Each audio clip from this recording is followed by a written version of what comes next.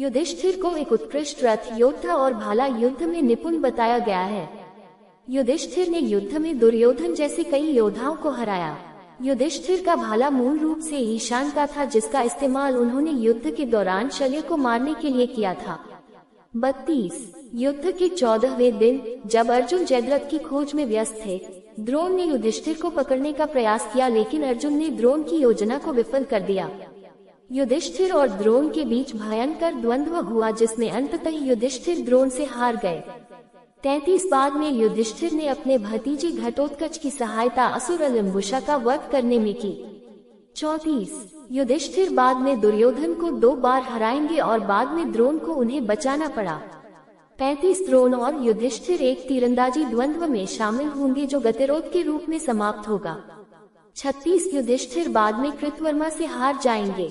15वें दिन युधिष्ठिर द्रोण के पास पहुंचे अपने बेटे अश्वत्थामा की मृत्यु के बारे में पूछताछ करने के लिए, जिसके बारे में उन्होंने सुना था कि वह भीम के हाथों मारा गया था। द्रोण को अपंग करने के अपने कर्तव्य और अपनी नैतिकता को बनाए रखने के बीच फंसे युधिष्ठिर ने आधा सच चुना, जहां उन्होंने अश्वत्थामा हाथी की मृत्यु की पुष्टि की, लेकिन प्रासंगिक भाग को छोड़ दिया कि यह एक हाथी था, न कि उसका बेटा। ये द्रोण को अपंग करने के पूर्व उद्देश्य में प्रभावी था, लेकिन इसके कारण उनका अपना रथ भी अंततः जमीन पर गिर गया, बजाय इसके कि वह इस घटना से पहले थोड़ा ऊपर उठ गया था। युधिष्ठिर उन 5 व्यक्तियों में से एक थे जिन्होंने द्रोण की आत्मा को उनके शरीर से निकलते हुए देखा था।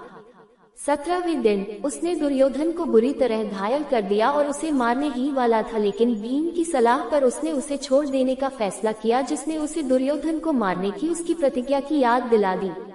39 युधिष्ठिर को कर्ण और अश्वत्थामा दोनों से हार का सामना करना पड़ा। युधिष्ठिर की सुरक्षा के लिए चिंतित अर्जुन उनकी खोज करने के लिए युद्ध के मैदान से पीछे हटते हैं, केवल उन्हें शिविर में शरण लेते हुए पाते हैं। कर्ण को अभी तक न मारने के लिए अर्जुन पर क्रोधित युधिष्ठिर ने ये सुझाव देकर उनका अपमान किया कि अगर अर्जुन को नहीं लगता कि वह कर्ण को मारने में सक्षम है तो उन्हें गांडीव को किसी अन्य योद्धा को सौंप देना चाहिए। 40 युधिष्ठिर के अपमान से क्रोधित अर्जुन ने उन्हें अपनी तलवार से मारने का प्रयास किया, लेकिन कृष्ण के हस्तक्षेप के कारण उन्हें ऐसा करने से रोक दिया गया। पछतावे से भरकर अर्जुन ने आत्महत्या करने का प्रयास किया, लेकिन कृष्ण ने उन्हें ऐसा करने से रोक दिया। भाई अपने मतभेदों को सुलझा लेंगे और एक दूसरे को गले लगा लेंगे। 41 युद्ध के अंतिम दिन युधिष्ठिर उस दिन के लिए अत्यधिक ऊर्जावान थे और कौरवों के अंतिम सर्वोच्च सेनापति शल्य के खिलाफ भयंकर द्वंद्व में लगे रहे। भीम की सहायता से युधिष्ठिर अपने चाचा का वध करने में सफल रहे। युद्ध के मैदान से कौरवों को निकाल दिया गया, लेकिन दुर्योधन का कोई पता नहीं चला। युधिष्ठिर को खबर मिली कि उनका शत्रु पास के दलदल में छिप गया है। इस प्रकार पांडव भाई और कृष्ण दलदल में गए और दुर्योधन को उसकी शरण से बाहर निकाल दिया। युधिष्ठिर ने दुर्योधन को अंतिम चुनौती दी। दुर्योधन की इच्छा के अनुसार किसी भी हथियार के तहत पांडवों में से किसी के खिलाफ युद्ध करने के लिए दुर्योधन द्वारा भीम को चुनने के बाद अन्य पांडव भाई कृष्ण और बलराम ने गदा सेनानियों के बीच गदा द्वंद्व देखा।